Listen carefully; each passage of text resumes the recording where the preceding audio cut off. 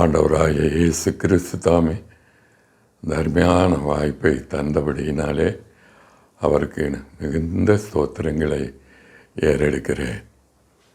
இந்த அருமையான வேளையிலே எனக்கு ஞாபகம் வருகிறது, நம்முடைய ஆண்டவராகிய இயேசு கிறிஸ்து சொன்ன வசனம், பரிசுத்த ஆவி உங்களிடத்தில் வரும்போது நீங்கள் பலனடைந்து எருசலேமிலும் யூதேயாவிலும் சமாரியாவிலும் உலகத்தின் முடிவு பரியந்தமும் எனக்கு சாட்சிகளாய் இருப்பீர்கள் என்று சொன்னாரே. அந்த அவருடைய வாஞ்சையை நிறைவேற்றுகின்ற இந்த அருமையான திருப்பணிக்கு நான் என்றும் கடமைப்பட்டிருக்கிறேன். ஆண்டவர் தாமே தொடர்ந்து வழி நடத்துவாராக. நான் தென்னிந்திய திருச்சபையிலே 39 ஆண்டுகள் குருவானவராக வேலை செய்து, அதன் பிற்பாடு கடந்த 2014ஆம் ஆண்டு இதே மாதத்தில், ஏப்ரல் மாதத்தில் ரிட்டையர்ட் ஆனேன். என்னுடைய இளமை பருவம், நான் ஒரு ஏழை குடும்பத்தில் பிறந்தவன். என் தகப்பனாருக்கு கூலி வேலை தான், தாய்க்கு ஆஸ்தமா. எங்களுடைய வீடு பசுமலையிலே, மதுரையைச் சேர்ந்த பசுமலையிலே கவர்மெண்ட்டினுடைய புறம்போக்கு இடத்துல குடிசை போட்டு அதிலே வாழ்ந்து கொண்டிருந்தோம். அப்படிப்பட்ட வேலையிலும் ஆண்டவர் என் தகப்பனாருக்கு வேலை இல்லாததால், டெய்லி வேஜஸ் இல்லாததால் பசியோடு இருந்திருக்கிறோம். எல்லாம் அறிந்ததே, ஆண்டவருக்கு தெரிந்ததே. திருமண வீடுகள் எங்கெங்கெல்லாம் நடக்கிறதோ அங்கெல்லாம் சாப்பாட்டிற்காக அலைவோம். அப்படிப்பட்ட சூழ்நிலைகளை எல்லாம் ஆண்டவர் மாற்றினார். நான் மூத்த மகனாக பிறந்தவன். பசுமலை தென்னிந்திய திருச்சபையிலே ரெவரண்ட் ஜார்ஜ் என்பவரினாலே திருமுழுக்கு பெற்றவன். அப்போது இருந்து என்னுடைய பெற்றோர் என்னுடைய இந்த கிறிஸ்தவ பாணியிலே தான் வளர்ந்தார்களே தவிர, ஆவிக்குரிய அனுபவங்கள் என்ன என்பதை எனக்கு தெரியாது, பெற்றோருக்கும் தெரியாது. அப்பாவுடைய பெயர் பீட்டர், அம்மாவுடைய பெயர் பாக்கியவதி. அவர்கள் இருவரும் வீட்டிலே தான் இருப்பார்கள். தகப்பனாருக்கு வேலை கிடைத்தால் போவார். எனக்கு ஒரு தம்பி, ஒரு சகோதரி உண்டு, தங்கச்சி உண்டு. தங்கச்சி பெயர் ஜீவகனி, தம்பி பெயர் சாமுவேல் கிருபாகரன். நாங்கள் 3 பேரும் இருந்தோம். நான் தான் தாய்க்கு தலைமகன். என்னுடைய தகப்பனாருக்கு வேலை இல்லாததினால் நான் தான் எல்லா வேலைகளையும் செய்ய வேண்டியது இருந்தது. ஆனால் சிறு வயதிலேயே என்னை பாடகர் குழு, ஆலயத்திலே பாடகர் குழுவிலே சேர்த்தார்கள். அப்போது இருந்து தியாலஜிக்கல் காலேஜ் செல்லும் வரைக்கும் சிலுவையை தூக்கி கொண்டே தான் நடப்பேன் கொயரிலே. அப்படி வாழ்ந்த எனக்கு பள்ளி பருவம் மிகவும் கடினமாக இருந்தது. தகப்பனாருக்கு வேலை இல்லாததால் என் தாய்க்கு ஆஸ்துமா வியாதியினால் கஷ்டப்பட்டார்களே, அவர்களை காப்பாற்ற வேண்டுமே என்று இரவு முழுவதும் சித்தால் வேலைக்கு செல்லுவேன். முழுவதும் வேலை செய்துவிட்டு காலையிலே 4 மணிக்கு மதுரைக்கு சென்று அங்கு மாத்திரைகள் வாங்கிட்டு வந்து எங்கள் அம்மாவுக்கு கொடுப்பேன். அதன் பிற்பாடு தான் நான் தூங்குவேன்.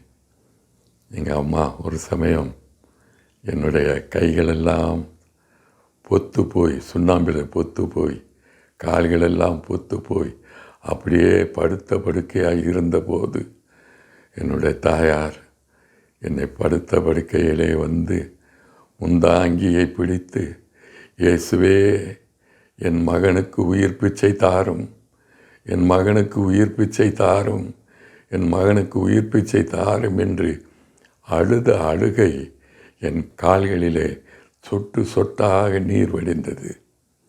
அப்படிப்பட்ட எனக்கு பள்ளிக்கு செல்லும்போது 9 மணிக்கு செல்ல வேண்டும். பள்ளியிலே ஹோம்ஒர்க் செய்யவில்லை என்று அதிலும் அடி கிடைக்கும். பள்ளியிலே பாஸ் பண்ணுறதுக்கு வழி இல்லை. எனவே கொஞ்சம் கொஞ்சமாய் முன்னேறி இறுதியிலே எஸ்எஸ்எல்சி அப்போது 11th இருந்தது. 11th வரும்போது அங்கிருந்து கல்லூரணி என்கிற கிராமத்திற்கு கிட்டத்தட்ட 70 கிலோமீட்டர் தூரத்தில் இருக்கிற கிராமத்திற்கு சைக்கிளை எடுத்துக்கொண்டு வந்து என் தாத்தா அங்கே சமையல் வேலை செய்து கொண்டிருந்தார். அவர்கள் 14 ரூபாய் கொடுத்தார்கள். அதை கொண்டு 12 ரூபாய் ஃபீஸ் கட்டினேன். அப்படியெல்லாம் படித்த எனக்கு, அப்படியெல்லாம் வாழ்ந்த எனக்கு போதகராவேன், குருவானவராய் ஆண்டவருடைய ஊழியத்தை செய்வேன் என்று நினைத்தது கூட நான் இல்லை. ஆனால் என்னுடைய வாலிப வயது கிட்டத்தட்ட 17 வயது ஆகும்போது நான் எஸ்எஸ்எல்சி 11th பாஸ் பண்ணின உடனே, அந்த சர்டிஃபிகேட்டை வாங்கின உடனே வேலைக்காக அலைந்தேன். மதுரை சேர்ந்த பஸ் ஸ்டாண்டிலிருந்து, சென்ட்ரல் பஸ் ஸ்டாண்டிலிருந்து அரசரடி இறையியல் கல்லூரி வரைக்கும் ஒவ்வொரு கடையாக ஏறி இறங்கினேன். தயவுசெய்து வேலை கொடுங்கள், தயவுசெய்து வேலை கொடுங்கள் என்று எஸ்எஸ்எல்சி புஸ்தகத்தை காண்பித்து காண்பித்து காண்பித்து காண்பித்து கேட்டேன். ஒருவரும் வேலை இல்லை இல்லை இல்லை என்று சொன்னார்கள். கடைசியிலே ஒரு மாட்டுக்கறி கடை இருந்தது. அந்த கடையிலும் போய் வேலை கேட்டேன். அவர்கள் இல்லை என்று சொல்லிவிட்டார்கள். அதன் பிற்பாடு இறையியல் கல்லூரியிலே நான் இரவு 9 மணிக்கு போய் தட்டினேன் கதவை. அப்போது இருந்த பிரின்சிபல் அவர்கள், இவ்வளவு மார்க் வாங்கி இருக்கிறீர்களே, நீங்கள் ஏன் இப்படி அடைய வேண்டும் என்று அங்கு இறையியல் கல்லூரியில் படிக்க வேண்டிய விஷயத்தை அவர்கள் எனக்கு எடுத்து சொன்னார்கள். அதன் பிற்பாடு பசுமலை பாஸ்ரேட்டிலே வந்து சொல்லி என்னை அங்கு பயிற்சிக்கு அனுப்பினார்கள். பேராயர் பிஷப் அவர்களை பல முறை சந்தித்தேன். 6 மாதமாக சந்தித்தேன். அழுது சந்தித்தேன். தினந்தோறும் ட்ரெயினில் போய், காசு கிடையாது, ட்ரெயினில் போய் அழுது அவர்களிடம் கேட்டேன். அப்போது அவர்கள் சொன்னார்கள், நான் பார்க்கிறேன் தம்பி, நான் பார்க்கிறேன் என்று பிஷப் ஜார்ஜ் தேவதாஸ் அவர்கள் சொன்னார்கள். அதன்படியாய் என்னை அனுப்பினார்கள். என்னை எடுத்த உடனே செவல்பட்டி என்கிற கிராமத்திலே ஊழியத்திற்காய் போட்டு எப்படி இருக்கிறார் என்று பார்ப்போம் என்று போட்டார்கள். அந்த ஊரிலே மண்ணெண்ணெய் விளக்குகள் தான், டப்பா மண்ணெண்ணெய் விளக்கு. அதை பொருதி வைத்து கொண்டு நான் ராத்திரி படுத்திருந்தேன். 10 மணி இருக்கும். இரவு வேளையிலே ஒருவர் வந்து கதவை தட்டினார். கதவை திறந்தால் ஹெட்மாஸ்டர், கேட்டகிஸ்ட் என்று சொல்வார்கள், அவர் இருந்தார்.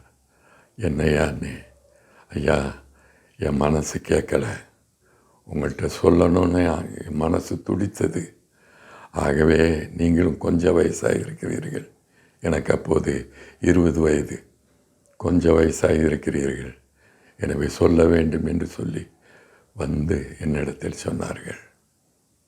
இதே இடத்தில் தான் போதகராக இருந்தவர் தூக்கு போட்டு செத்து கொண்டார், நான்று கொண்டு செத்தார். அதே இடத்தில் தான் நீங்கள் படுத்திருக்கிறீர்கள். இங்கு எந்த போதகரும் வருவதில்லை, யாரும் தங்குவதில்லை. 5 ஆண்டுகளாகிவிட்டது, ஒருவரும் வரவில்லை. நீங்கள் இப்போது வந்திருக்கிறீர்கள். எனவே நான் அதை சொல்ல வேண்டும், தைரியமாயிருங்கள், எதுவும் தேவையானால் கூப்பிடுங்கள் என்று சொல்லிவிட்டு போய்விட்டார். அதன் பிற்பாடு நான் ஜெபித்து விட்டு ஆண்டவருடைய சமூகத்திலே நான் படுத்திருந்தேன். அதன் பிற்பாடு இறையியல் கல்லூரிக்கு அனுப்பினார்கள். அதை முடித்து முதல் இடம் கிளாஞ்சுனை என்கிற இடம் இருக்கிறதிலேயே மிகவும் மோசமான பனிஷ்மெண்ட் ஏரியா என்று சொல்லுவார்கள். அப்படிப்பட்ட இடத்திலே என்னை போட்டார்கள். அந்த ஊருக்கும் எந்த போதரும் கிடையாது, எனக்கு முன்னாடியும் கிடையாது, எனக்கு பின்னாடியும் கிடையாது. அப்படிப்பட்ட ஊரிலே தான் என்னை போட்டார்கள். காரணம் ஒன்று, குடிக்க தண்ணீர் பிரச்சனை. அங்கெல்லாம் ஊருணி தண்ணி தான். ஊருணி தண்ணி முடிந்த உடனே அந்த ஆண்டு மழை பெய்யவில்லை. உடனே கண்மாயிலிருந்து வெட்டி தண்ணீரை கொண்டு வந்தார்கள். கொண்டு வரும்போது அதில் இருந்த மனம் எல்லாம் அந்த குடி தண்ணீரோடு கலந்து கிடந்தது. அதையே கயிற்றை ஒதுக்கி வைத்துவிட்டு அந்த தண்ணீரை எடுத்து அதை தேத்தாங்கொட்டை என்று சொல்லுகிற அந்த கொட்டையிலே தேய்த்து அதை குடித்து வந்தோம். அதுவரையிலும் அந்த ஓராண்டிற்கு அங்கே இருந்த போதும் நான் முதலிலே சொன்னனே செவல்பட்டி, அந்த ஊருக்கு அந்த போதகரும் இல்லை. திரும்பவும் என்னைத்தான் அங்கு போட்டார்கள். அப்படி ஊழியம் செய்தவன் நான். அன்றைக்கு 2014ஆம் ஆண்டிலே அதிகமான வருஷங்கள் ஆண்டவருடைய ஊழியத்தை செய்தது நான் தான். அது ஆண்டவருக்கு தெரியும். அதிகமான பாஸ்டேட்டுகளிலே போய் ஊழியம் செய்தவன் நான். 25 பாஸ்டேட்டுகளிலே ஊழியம் செய்தவன் நான். அப்படிப்பட்ட என்னுடைய வாழ்க்கையிலே திருமணம் ஏற்படுத்தப்பட்டது. வெள்ளூரிலே இருக்கிற என்னுடைய சித்தப்பா சித்தி அவர்கள்தான் ஒழுங்கு செய்தார்கள். அவர்கள் தான் இந்த பெண்ணை, கஸ்தூரிபாய் என்பது அவர்களுடைய பெயர், அவர்கள் காலேஜ் ஆஃப் நர்சிங்கில் இங்கிலீஷ் டீச்சராக ஒர்க் பண்ணினார்கள். அவர்கள் தான் ஒழுங்கு பண்ணினார்கள். நான் சரி என்று சொல்லிவிட்டேன். எனவே திருமணமும் நடந்தது. திருமணம் நடந்து 2 பிள்ளைகள். ஒன்று பெண் பிள்ளை, ஆன் மெலோ என்பது அதனுடைய பெயர். இன்னொன்று ஆண் பையன், அவனுடைய பெயர் டிவைன் பெர்மெனாஸ். அதிலே என்னுடைய மகள் எம்எஸ்சி முடித்து பிஎட் முடித்து அமெரிக்கன் கல்லூரியிலே பேராசிரியையாக வேலை செய்தவள். அப்படிப்பட்டவள் ஒரு நாளிலே கார் ஆக்சிடெண்ட்டில் இறந்து விட்டாள். என்னுடைய மகன் இப்போது பிலிப்பைன்ஸிலே வேலை செய்து கொண்டிருக்கிறான். நல்ல தொழில் செய்து நடந்து கொண்டிருக்கிறது. அப்படி இருக்கும்போது எங்களுடைய வாழ்க்கையிலே பிசாசானவனுடைய சாயல் ஏற்பட்டது. எங்களுடைய ஆண்டவருடைய சித்தத்தை மறுதளித்து விடுவோமோ என்கிற எண்ணம் ஏற்பட்டது. காரணம் வியாதிகள்.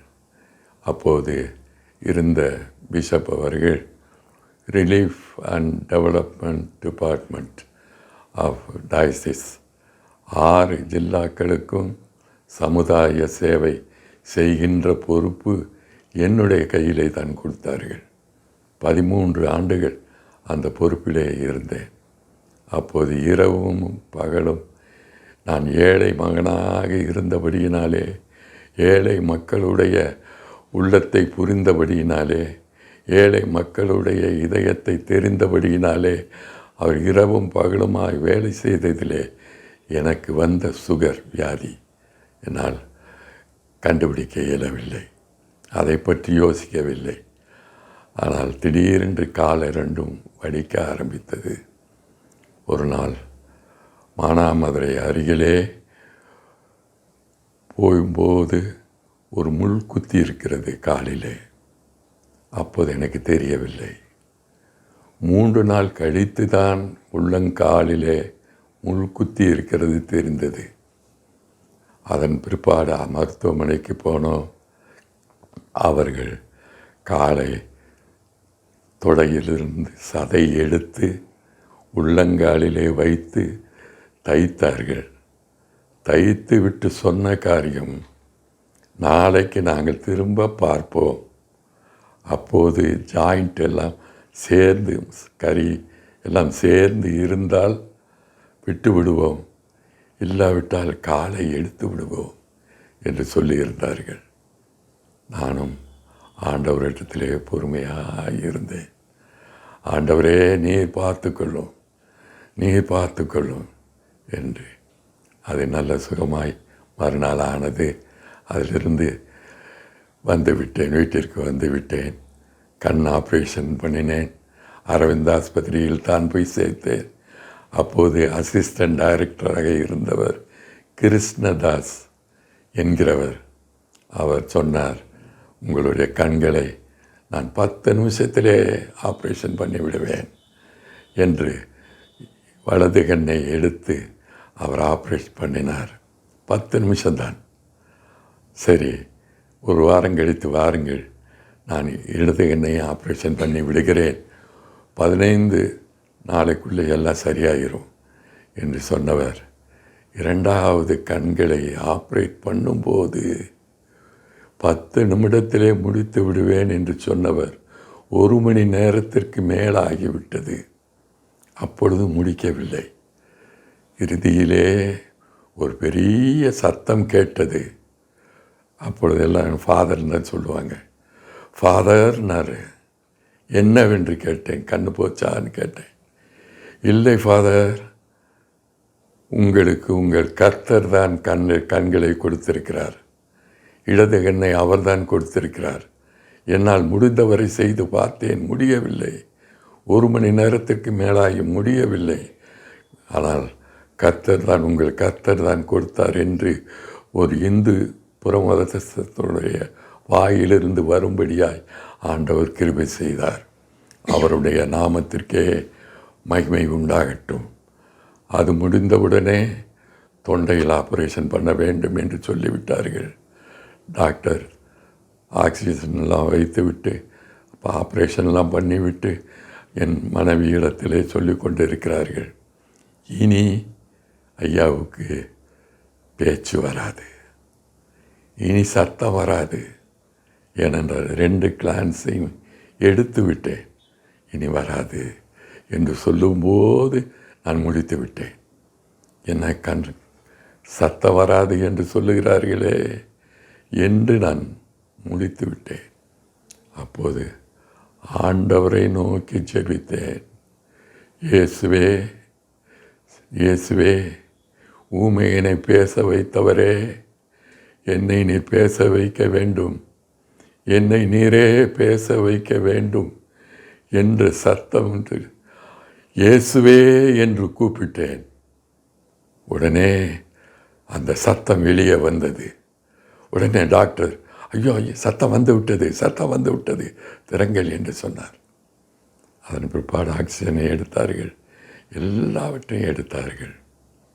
ஆனாலும் என்னுடைய கால்கள் 2ம் இந்த டயபெட்டிக் நூரைட்டிஸ் என்கிற அந்த வியாதியினால் பாதிக்கப்பட்டது. அந்த வியாதிக்கு மருந்தே இதுவரையிலும் கண்டுபிடிக்கவில்லை. அப்போது ரிட்டையர்டான பிற்பாடு 3 அல்லது 4 ஆண்டுகள் படுத்த படுக்கை தான், கட்டில் தான். என்னால் படுத்த படுக்கை கட்டிலே இருக்கும்போதே என் கால்கள் 2ம் சிலந்தி வெடிக்கிற மாதிரி வெடிக்கும், தாங்க முடியாது. கத்துவேன், கதறுவேன், ஆண்டவரே ஏன் ஏன் ஏன் ஏன் ஏன் ஏன் என்று கத்துவேன். ஒரு நாளில் கூட என்னால் முடியவில்லை.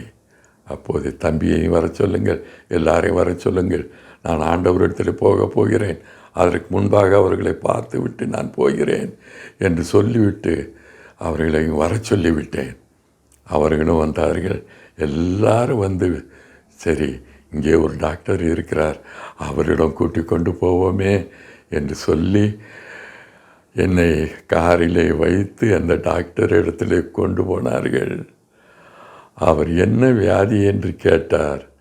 டயபெட்டிக் நூரைட்டிஸ் என்று சொன்ன உடனே, ஐயோ அதற்கு மருந்தே இல்லை ஐயா, நீங்கள் தயவு செய்து உங்கள் வீட்டுக்குத்தானே கொண்டு போங்கள் என்று அவர் ஒரு பெரிய எம்டியும் படித்த ஒரு பெரிய டாக்டர் சொல்லிவிட்டார். அதற்கு பிற்பாடு வீட்டிற்கு வந்தேன். என்ன செய்வதென்று தெரியவில்லை, வலி தாங்க முடியவில்லை. இதற்கிடையில் பேண்டப்ரசாத் என்கிற இன்ஜெக்ஷன் டெய்லி போட வேண்டும், நரம்பை பார்த்து போட வேண்டும். அது போட்டால்தான் வாந்தி வராமல் இருக்கும், கொஞ்சமாவது வலி லேசாக குறைஞ்ச மாதிரி இருக்கும். அது இரவு வேளையில் இருக்கலாம், 12 மணிக்கு இருக்கலாம், 2 மணிக்கு இருக்கலாம், 4 மணிக்கு வரலாம். அப்போதெல்லாம் மருத்துவரிடத்தில் ஆஸ்பத்திரிக்கு போய் அந்த ஊசியை போட்டுக்கொண்டே இருந்தேன். அதுவும் இந்த நூரைட்டிஸும் என்னை போட்டு கொலையாய் கொண்டது.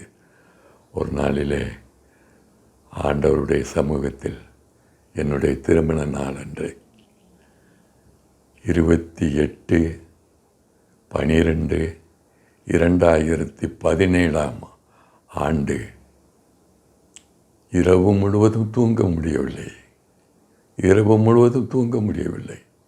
ஆண்டவரிடத்திலே கேட்டேன், ஆண்டவரே, காலை 5 மணி, இரவு முழுவதும் தூங்காமல் அழுது கொண்டே இருந்தேன். தயவு செய்து என்னுடைய ஆவியை உமது கைகளில் ஒப்புவிக்கிறேன். நீர் எடுத்துக்கொள்ளும். என்னால் முடியவில்லை, என்னுடைய ஆவியை நீர் எடுத்துக்கொள்ளும் என்று நான் 1 மணி நேரம் 6 மணி வரை ஜெபித்து கடைசியில் அமர்ந்தேன். 6 மணி வரைக்கும் என்னுடைய ஆவியை உமது கைகளிலே ஒப்புவிக்கிறேன் என்று சொன்ன எனக்கு 8 மணிக்கு கிறிஸ்தவ ஆலயத்திலிருந்து போதகர் ஃபோன் பண்ணினார்.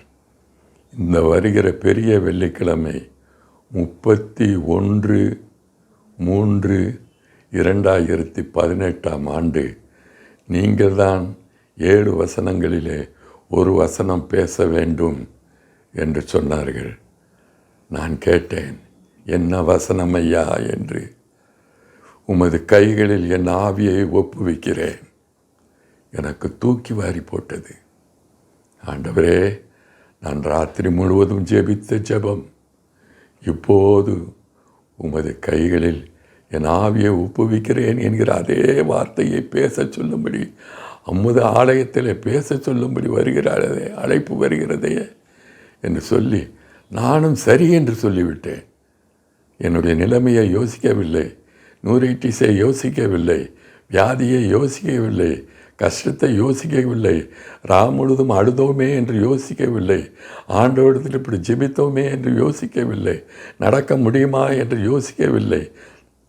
ஆனாலும் முதலாக 31/3/2018 பெரிய வெள்ளிக்கிழமை அன்று ஆலயத்திலே ஆல்டரிலே ஏறி புல்பிட்டிலே நின்று அவருடைய வார்த்தையை பிரசங்கித்தேன்.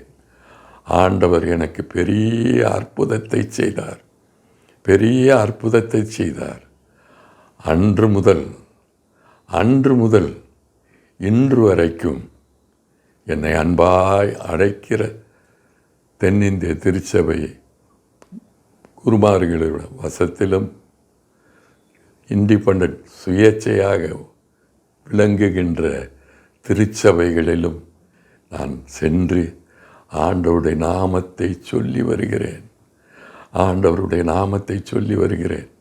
படுத்த படுக்கையாய் இருந்த என்னை நடக்கும்படியாய் கிருபை செய்த ஆண்டவருக்கு ஸ்தோத்திரம். படுத்த படுக்கையாய சிலந்தி மாறி வெடித்து அலறிக்கொண்டிருந்த நான் இன்றைக்கு நல்ல சுகத்தோடு பலத்தோடு காணப்படும்படியாய் கிருபை செய்தாரே என்னுடைய ஆண்டவர் இயேசு கிறிஸ்து. அவரிடத்தில் எல்லாம் கிடைக்கும் என்ற நம்பிக்கை எனக்கு இருக்கிறது. அவரே இன்றைக்கும் 1 மணி நேரம் இண்டிபெண்டன்ட் சர்ச்சஸில் நின்று பிரசங்கம் செய்வதற்கு ஆண்டவர் என்னை பலப்படுத்தினார். அவருடைய நாமத்திற்கே மகிமை உண்டாகட்டும். அவருடைய நாமத்திற்கே மகிமை உண்டாகட்டும். இயேசு கிறிஸ்துவை நம்பினவர்கள் ஒருபோதும் வெட்கப்பட்டு போவதில்லை. அவர்கள் முழுமையாய் ஆசீர்வதிக்கப்படுவார்கள். ஆசீர்வதிக்கப்படுவார்கள் என்பதற்கு நானே சாட்சி. நானே சாட்சி. இவை எல்லாவற்றிற்கும் நீங்கள் சாட்சிகளாய் இருக்கிறீர்கள். ஆண்டவருடைய பிறப்பிற்கு சாட்சி நானே. ஆண்டவருடைய வாழ்க்கைக்கு சாட்சியாக, இயேசு கிறிஸ்துவனுடைய வாழ்க்கைக்கு சாட்சியாக இருப்பது நானே. என்னுடைய வாழ்க்கையை இயேசு கிறிஸ்துவனுடைய அற்புதத்திற்கு சாட்சி என்னுடைய வாழ்க்கையே. இயேசு கிறிஸ்து போதிக்கிறவர் என்கிற உண்மைக்கு சாட்சியை பகர்கிறவன் நானே. எப்பேற்பட்ட சூழ்நிலைகளாக இருந்தாலும், எப்பேற்பட்ட வேதனைகள் இருந்தாலும், எப்பேற்பட்ட தீமையான காரியங்கள் இருந்தாலும், எல்லாவற்றிலிருந்தும் விடுதலை தருகின்றவர் என்னுடைய ஆண்டவர் இயேசு கிறிஸ்து தான் என்பதனை நான் இன்றைக்கு ஆணித்தரமாய் சொல்லுகின்றேன். ஆணித்தரமாய் சொல்லுகின்றேன். வருகிற முதலாவது வாரமும் என்னை கூப்பிட்டு இருக்கிறார்கள். ஆலயத்திலே பேசும்படியாய் நற்கருணை ஆராதனை, அதற்காக ஆயத்தம் செய்து கொண்டிருக்கிறேன். அப்படிப்பட்ட எனக்கு படுத்த படுக்கையாய் இருந்த எனக்கு ஆண்டவர் பெரிய அற்புதத்தை செய்தார். பெரிய அற்புதத்தை செய்தார். அவருக்கே மகிமை உண்டாகட்டும்.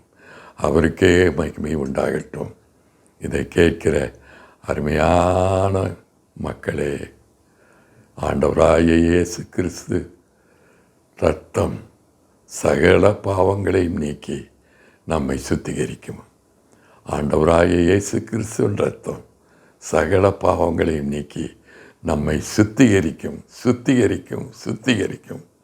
அந்த அன்பின் ஆண்டவர் தாமே உங்களுக்கும் செய்ய வல்லவராய் இருக்கிறார். உங்களுக்கும் செய்ய வல்லவராய் இருக்கிறார். அவரை ஏற்றுக்கொண்டால் அவருடைய நாமம் மகிமைப்படும்.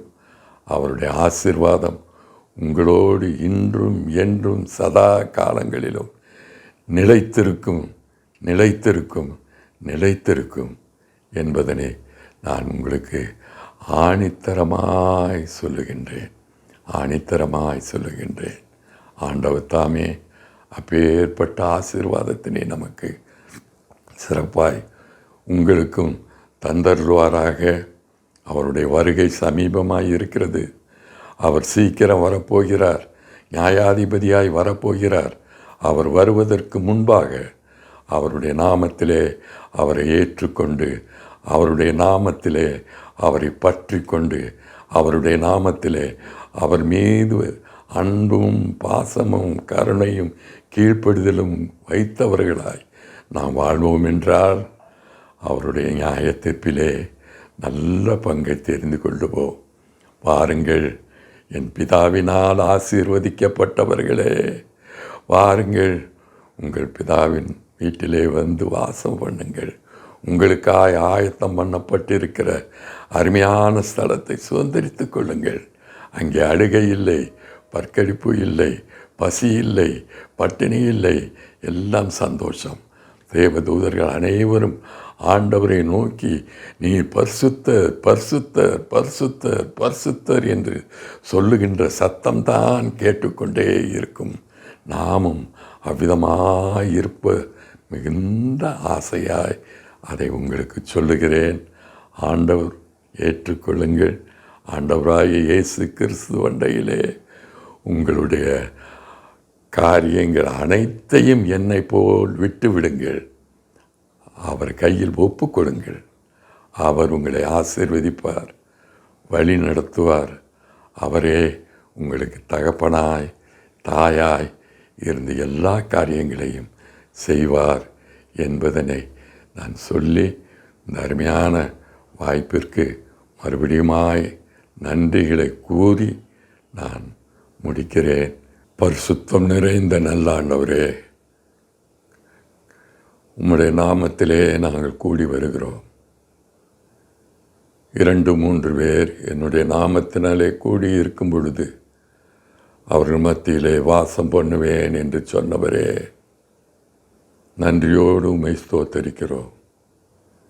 அன்றைக்கு பெந்தைக்கோஸ்தே நாளிலே மேலறையிலே 120 பேர் ஒருமனப்பட்டவர்களாய் கூடியிருந்த போது தூய ஆவியானவரின் அசைவாடுதலை அங்கே காண முடிந்ததே. கோழையாய் இருந்த பேதுரு எழுந்திருந்து, நீங்கள் கொலை செய்த இயேசுவை தேவன் எழுப்பினார், அதற்கு நாங்களே சாட்சிகளாய் இருக்கிறோம் என்று தைரியமாய் சொல்லத்தக்கதாய் கிருபை செய்தவரே, அப்பேற்பட்ட வல்ல தேவன், நல்ல தேவன், மகத்துவம் நிறைந்த தேவன் இப்போதும் இந்த அருமையான ஊழியத்தை செய்து வருகிற அருமையான சகோதரன் தானியேல் செல்லமுத்து அவர்களுக்காய் நாங்கள் ஜெபிக்கிறோம் ஐயா. இது ஒரு மகத்தான ஊழியம், உம்முடைய நாமத்தை மகிமைப்படுத்தும் ஊழியம், நீர் அவருக்கென்று பிரத்யேகப்படுத்தி கொடுத்திருக்கின்ற ஊழியம். இவற்றை நீர் ஆசீர்வதியும். அவருக்கு தந்த மனைவி, 2 பிள்ளைகள், ஒவ்வொருவரையும் ஆசீர்வதியும். ஒவ்வொருவருக்கும் தேவையான காரியங்களை, தேவையான உதவிகளை வாய்க்க செய்யும் ஐயா, வாய்க்க செய்யும். எல்லாவற்றையும் உமது கரத்திலே நாங்கள் அர்ப்பணிக்கிறோம். இவரை போன்று ஊழியங்களை செய்து வருகிற மற்ற ஊழியர்களையும் நாங்கள் நினைவு கூறுகிறோம் ஆண்டவரே. ஒவ்வொருவருக்கும் நீரே பரிகாரியாகிய கர்த்தர், நீரே மெய்யான தேவனாகிய கர்த்தர், நீரே சகாயராகிய கர்த்தர், நீரே பயப்படாதே, நான் உன்னுடனே இருக்கிறேன், திகையாதே, நான் உன் தேவன் என்று சொன்னவர், நேற்றும் இன்றும் என்றும் மாறாத திரியேக கடவுளாய் இருக்கிறவர், இருந்தவரும் இருக்கிறவரும் வருகிறவருமான மேசியாவாய் இருக்கிற கிறிஸ்து என்பதையெல்லாம் அவர்கள் மூலமாய் பிற மக்கள் கண்டு கொள்ளட்டும் ஐயா.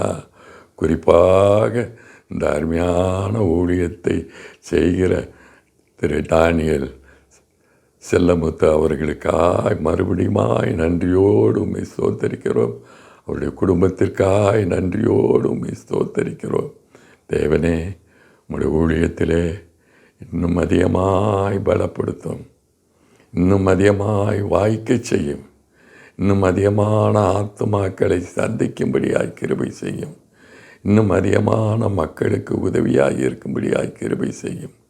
உம்முடைய நாமத்திற்கே குறிப்பாய் உம்முடைய வருகைக்கு மக்களை ஆயத்தப்படுத்தும் இந்த மகத்தான திருப்பணியை இன்னும் ஆர்வமுடன், உற்சாகத்துடன், உறுதியுடன், தயவுடன், பலத்துடன் செய்து உம்மை மகிமைப்படுத்த நீர் திரு தானியேல் செல்லமுத்து அவர்களையும் அவர்கள் குடும்பத்து பிள்ளைகளையும் நீர் வழிநடத்தி ஆசீர்வதியும். உம்முடைய பரிசுத்த நாமத்திலே நாங்கள் கெஞ்சி கேட்கிறோம் நல்ல பிதாவே. ஆமேன், ஆமேன். நம்முடைய ஆண்டவராகிய இயேசு கிறிஸ்துவினுடைய கிருபையும், பிதாவாகிய தேவனுடைய அன்பும், பரிசுத்த ஆவியினுடைய ஐக்கியமும், வழிநடத்துதலும், ஆசீர்வாதமும் நம் அனைவரோடும் இன்றும் என்றும் சதா காலங்களிலும் நிலைத்திருப்பதாக. ஆமேன், ஆமேன். அன்பார்ந்த கிரைஸ்ட் காலிங் டிவி நேயர்களே, மேலும் இது போன்ற உங்களுடைய சாட்சிகளை எங்களுடைய சேனலில் கொடுக்க விருப்பமுள்ளவர்கள் எங்களை தொடர்பு கொள்ளுங்கள். தொடர்புக்கு 7200713563. கர்த்தர் தாமே உங்களை ஆசீர்வதிப்பாராக. ஆமேன்.